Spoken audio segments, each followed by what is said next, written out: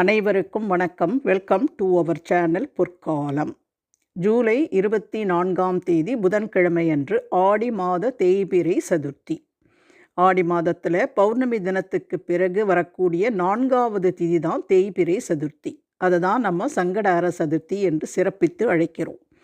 வணங்குவதற்கு எளியவராகவும் வாழ்வில் எல்லா வளங்களையும் தருபவராகவும் இருப்பவர் தான் விநாயகப் பெருமான்.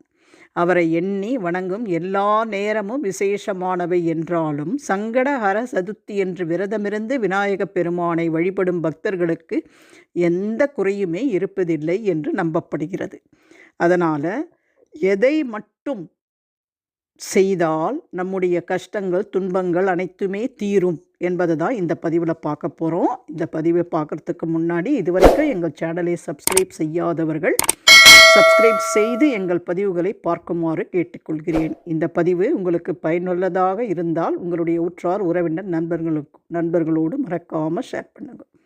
அது மட்டுமல்ல, உங்களது மேலான கருத்துக்களை நீங்கள் கமெண்ட் பாக்ஸில் கொடுத்தால் என்னுடைய பதிவுகள் மேலும் மேலும் சிறப்பை பெறும்.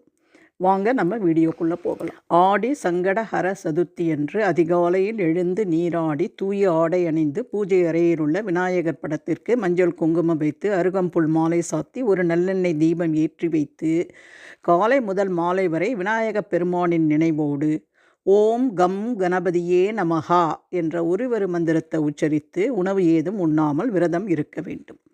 உணவு சாப்பிட வேண்டிய நிலையில் இருப்பவர்கள் உப்பு சேர்க்காத எளிய சைவ உணவு பால் பழம் மட்டும் சாப்பிட்டு விரதத்தை கடைபிடிக்கலாம்.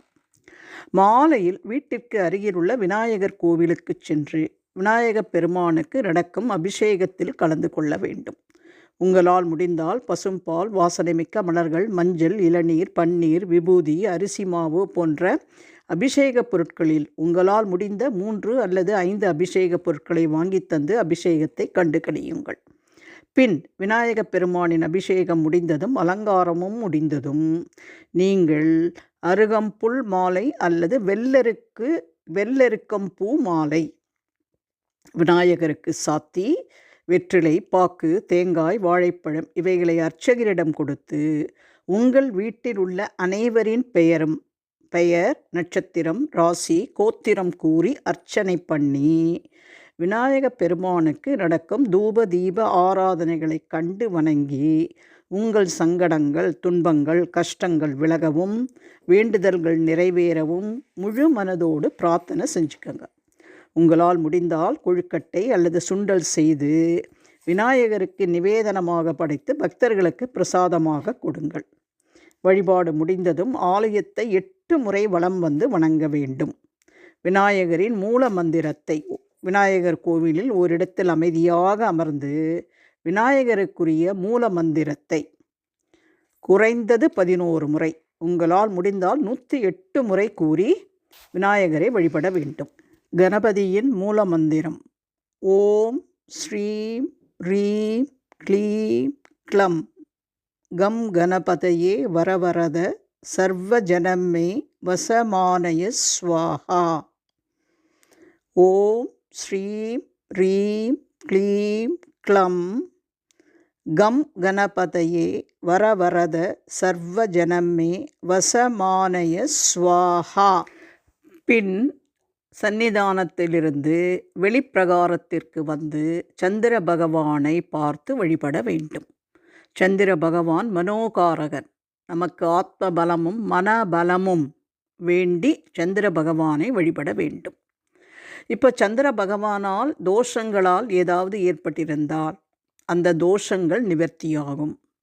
கேது பகவானால் ஜாதகத்தில் பிரச்சனைகள், சனி தோஷத்தால் பீடிக்கப்பட்டிருந்தால் இந்த சங்கடஹர சதுர்த்தி என்று விநாயகப் பெருமானை வழிபட்டால் இவைகளிலிருந்து நிவர்த்தி கிடைக்கும்.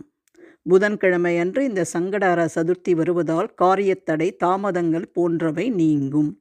புதிதாக மேற்கொள்ளும் முயற்சிகள் வெற்றி பெறும். குழந்தைகள் கல்வியில் சிறந்து விளங்குவார்கள். நீண்ட காலமாக வேலை தேடி அலைபவர்களுக்கு சீக்கிரத்தில் நல்ல வேலை கிடைக்கும். மொத்தத்தில் நீங்கள் எந்தெந்த காரியங்களிலெல்லாம் தடைகள் ஏற்பட்டதோ அந்த காரியங்கள் அனைத்திலுமே உங்களுக்கு வெற்றி கிடைக்க விநாயகப் பெருமான் அருள் புரிவார். இப்போ கோவிலில் மந்திரங்கள் எல்லாம் சொல்லி விநாயகர் பெருமானை வழிபட்டு வீட்டுக்கு வந்து பூஜை அறையில் மறுபடியும் விளக்கேற்றி நீங்கள் காலையில் வாழைப்பழத்தை நிவேதனமாக வச்சுட்டு போனீங்க இல்லையா, அந்த வாழைப்பழத்தை சாப்பிட்டு விரதத்தை முடித்து கொள்ளலாம். கோயிலிருந்து எடுத்துகிட்டு வந்த கொழுக்கட்டை இல்லை சுண்டல் இவைகளையும் சாப்பிட்டு உங்கள் விரதத்தை நீங்கள் முடித்து கொள்ளலாம். இப்போ இந்த விரதத்தை கடைப்பிடிப்பதனால சதுர்த்தி விரதம் கடைப்பிடித்து அங்காரகன் என்ற செவ்வாய் நவகிரகங்களில் ஒரு கிரகமாக பதவியை அடைந்தார். கிருஷ்ணரும் பிருகண்டி முனிவரும் இந்த சங்கடஹர சதுர்த்தி விரதத்தை கடைப்பிடித்ததனால் விநாயகரின் பரிபூர அருளை பெற்றனர். சிவனை பிரிந்த சக்தி சங்கடஹர விரதத்தை அனுஷ்டித்து சிவனை அடைந்தார்.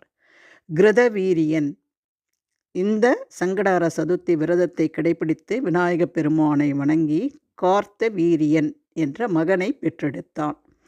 பாண்டவர்கள் மகாபாரத போர் ஆரம்பத்துக்கு முன்னால் சங்கடஹர சதுர்த்தி விரதத்தை கடைப்பிடித்து தான் போரில் வெற்றி பெற்றார்கள் என்று புராணங்களும் கூறுகின்றன.